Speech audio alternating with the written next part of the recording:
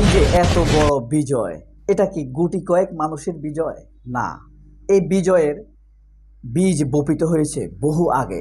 এই বিজয়ের সম্পৃক্ততা রয়েছে শত শত জ্ঞানী গুণী মানুষের। এই বিজয়ের সাথে যুক্ত রয়েছেন দেশের বিদেশের শত শত মেধাবী বাংলাদেশি নির্যাতিত, নিপীড়িত, বিতাড়িত মানুষ। আমরা একে একে এখন তাদের পরিচয় জানার চেষ্টা করব। কারা কারা দারুণভাবে উৎসাহ দিয়েছেন এই বিজয়ে, ছাত্র জনতার গণ অভ্যুত্থানে, শেখ হাসিনার পালিয়ে যাওয়ার ক্ষেত্রে কারা কারা অবদান রেখেছিলেন, কোথায় কোথায় তাদের প্রভাব, কেন তারাও এত বেশি ক্ষমতাশালী। সবার চেষ্টার ফলাফলই হলো আমাদের এই দ্বিতীয় স্বাধীনতা। আমরা একে একে এখন সবার নাম জানব, কিন্তু বিষয় হলো কার নাম দিয়ে আমরা শুরু করি বলুন তো? যার নাম দিয়ে শুরু করি না কেন, এখানে কেউই ছোট নয়, প্রত্যেকেরই অবদান রয়েছে এবং প্রত্যেকে নির্যাতিত। আশ্চর্য হবেন, শেখ হাসিনার সরকার দ্বারা প্রত্যেকটা মানুষ নির্যাতিত হয়েছেন, নিপীড়িত হয়েছেন। আসুন আমরা শুরু করি। পিনাকি ভট্টাচার্য, হ্যাঁ, শেষে এমন দুইজনের নাম বলবো যারা আমার দৃষ্টিতে বাংলাদেশের সবচাইতে ইন্টেলেকচুয়াল। পিনাকি ভট্টাচার্য প্রভাব অত্যন্ত কঠিন, ডক্টর ইউনূসের পূর্ব পরিচিত এবং ইউনূসের সাথে কাজ করেছেন, চাকরি করেছেন, স্বাস্থ্য বিভাগের হেড ছিলেন। তার প্রভাব এক একটি ভিডিও কোটি কোটি মানুষ দেখে। আমার বিশ্বাস বাংলাদেশের সেনাবাহিনী, বিমান বাহিনী, সরকার, সচিব, মন্ত্রণালয় সবাই তার ভিডিও দেখে। তথ্য উপাত্তে ভরপুর থাকে তার ভিডিও। এই আন্দোলনে তার প্রভাব অপরিসীম বলে আমি মনে করি। আপনার মতামত জানাতে পারেন, আপনি কি তার ভিডিও দেখেন? ইলিয়াস হোসাইন, বাংলাদেশের পররাষ্ট্রমন্ত্রী আব্দুল মোমেন, চিনার জন্য বলছি আলগা মোমেন অনেকে বলে। আলগা মোমেন একবার বলেছিল, ইলিয়াস হোসেন, কনক চারওয়ার, পিনাকি ভট্টাচার্য, মাহমুদুর রহমানদের মতো ডেডিকেটেড লোক আমাদের কেন নাই, এত নিঃস্বার্থ লোক আমাদের কেন নাই। তার মানে এই লোকগুলো নিঃস্বার্থভাবেই কাজ করে। মানে পররাষ্ট্রমন্ত্রী আওয়ামী লীগের, অত্যাচারী আওয়ামী লীগের পররাষ্ট্রমন্ত্রী আব্দুল মোমেন খুঁজেছেন এমন নিঃস্বার্থ মানুষ। তার মানে তারাও জানে এই লোকগুলো অত্যন্ত নিঃস্বার্থ। ইলিয়াস হোসাইন, তার এক একটি ভিডিও কোটি কোটি মানুষ দেখে, তার প্রেজেন্টেশন অসাধারণ, মানুষ বিমোহিত হয়ে যায়, এত প্রভাব। সাইফুর সাগর, ফেস দ্য পিপলের মাধ্যমে তিনি গণতান্ত্রিক আলোচনার মাধ্যমে, তথ্য উপাত্তের মাধ্যমে প্রচারণা চালিয়েছেন, ফ্যাসিস্ট সরকারের বিরুদ্ধে তিনি অবস্থান নিয়েছিলেন। তাজ হাশমি অনেকে হয়তো চিনে না। তিনি অস্ট্রেলিয়ান একটি ইউনিভার্সিটির প্রফেসর, তিনি আমেরিকান সেনাবাহিনীর একজন প্রশিক্ষক। আমেরিকান সেনাবাহিনীও তার মাধ্যমে প্রশিক্ষণ নিয়ে থাকে। জ্যাকব মিল্টন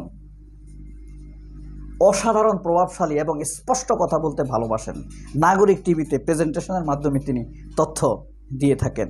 মুশফিক ফজল আনসারি, একটা কি পার্সন, এত কার নাম রেখে কার নাম বলবো বুঝে পাচ্ছি না। সে আমেরিকার পররাষ্ট্র মন্ত্রণালয়ের যখন প্রেস ব্রিফিং হয় তখন বাংলাদেশের বিষয়গুলোকে তথ্যের মাধ্যমে তুলে ধরেন এবং তাদের মতামত জানতে চান প্রতিনিয়ত।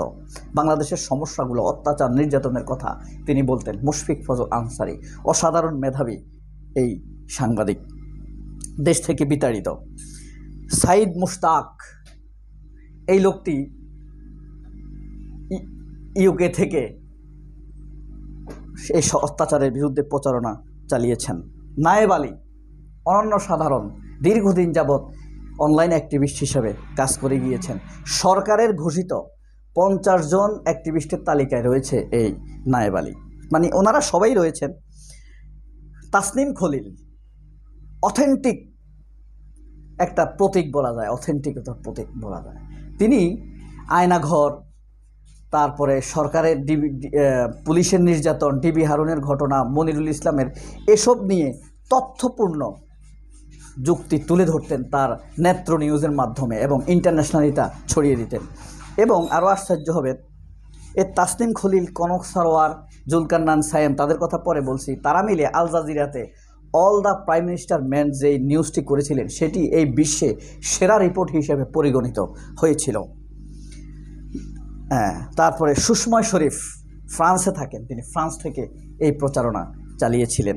পিনাকিও ফ্রান্সেই থাকেন।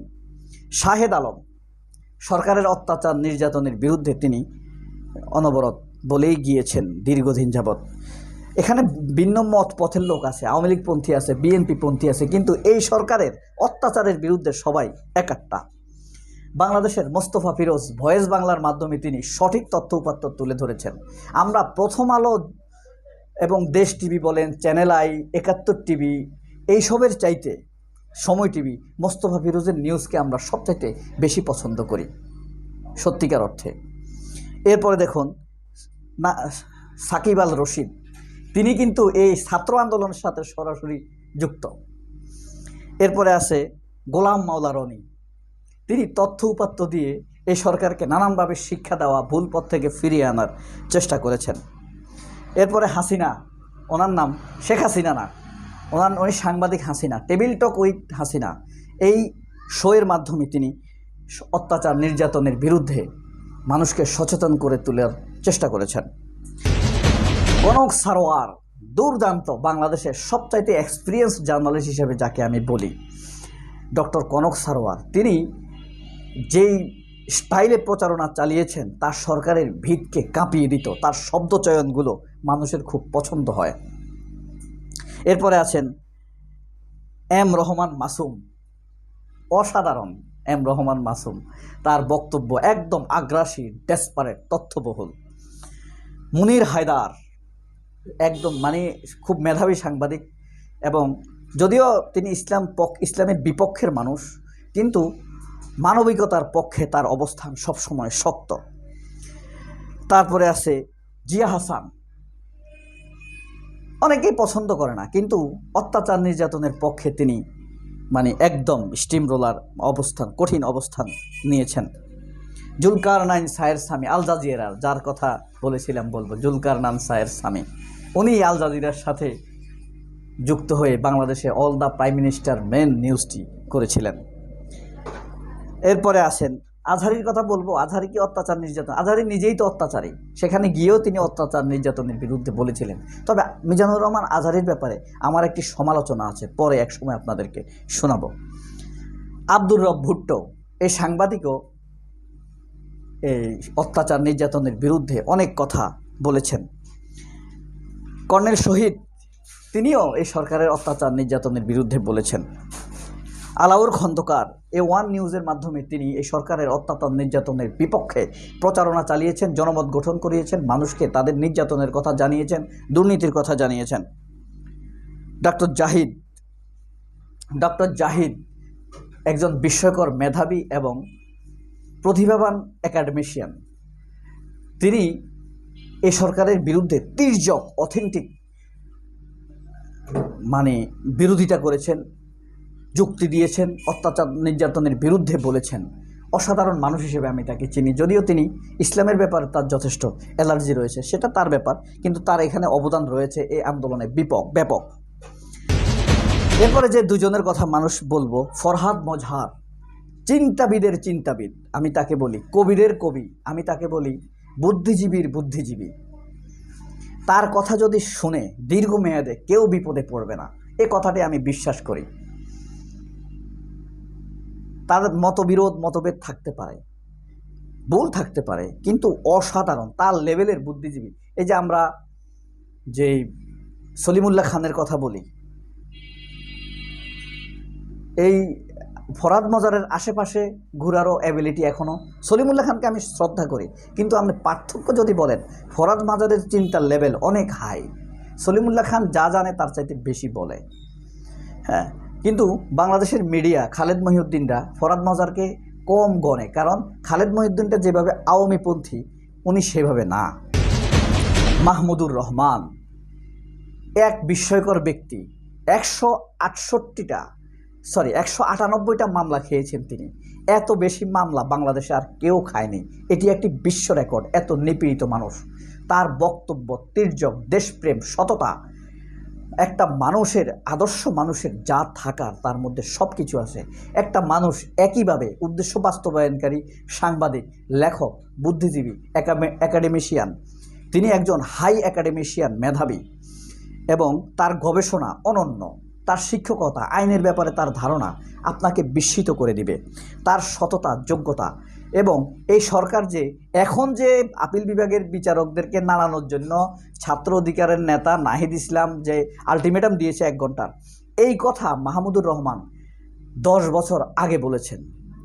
10 বছর আগে তার দৃষ্টিভঙ্গি আমাদের চাইতে 20 বছর এগিয়ে থাকে। আমরা যা আজকে ভাবি তিনি 20 বছর আগে তা ভাবেন। তিনিও একজন অসাধারণ। তার চিন্তা নির্দেশনা যদি কেউ নেয়, তার দীর্ঘমেয়াদে অনেক লাভ, সময়ের অপচয় হবে না। কারণ আমরা যেটা 20 বছর পরে বুঝবো, তিনি সেটা আগেই বুঝেন। এই যে আমাদের ছাত্র আন্দোলন হলো, এই ছাত্র আন্দোলনের ফলে যে সরকার গঠিত হয়েছে, বিপ্লবী সরকার বলি বা অন্তর্বর্তীকালীন সরকার বলি, তারা যদি এই লোকগুলোর পরামর্শ নেয়, কারণ এই লোকগুলোর অতপ্রত যুক্তি রয়েছে, সম্পৃক্ততা রয়েছে এই সাফল্যে, এই আন্দোলনে ভালোবাসা রয়েছে। কিন্তু আশ্চর্যজনক ব্যাপার হলো এই লোকগুলোকে কোনোরকম স্মরণ করেনি এই সরকার।